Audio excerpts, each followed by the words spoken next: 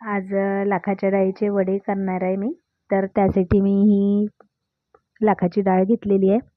अशी चौकोनी आकाराची ही डाळ असते. आणि डाळीला 2 तास भिजू दिलं. भिजून झाल्यानंतर एका चाळणीमध्ये काढून ठेवायची. थोडी सुकू द्यायची आहे डाळीला.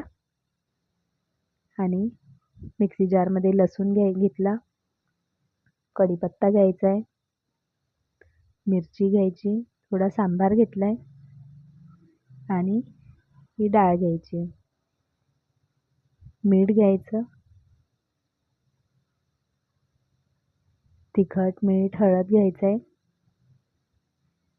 आणि मिक्सरमध्ये बारीक करून घ्यायची आहे डाळीला.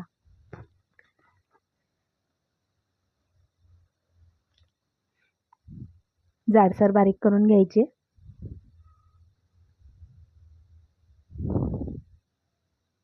अशी ही डाळ बारीक करून झालेली आहे.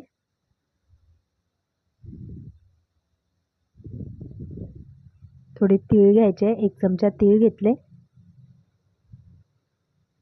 आणि थोडा ओवा घ्यायचा आहे. खाकस घेतली आहे थोडी. कढईमध्ये तेल तापायला ठेवलं आहे आणि तेल तापून झाल्यानंतर हे वडे असे थापून घ्यायचे हातावरती. असे थोडे पातळ पातळ करायचे. हे वडे खूप छान वाटते खायला, असे खुसखुशीत होते. हे बघा, असे तळून घ्यायचे खरपूस लालसर होईपर्यंत.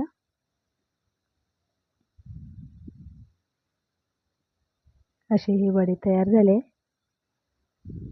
खूप छान वाटते हे खायला. सॉस बरोबर, चटणी बरोबर आपण हे खाऊ शकतो. असे हे वडे तयार झालेले.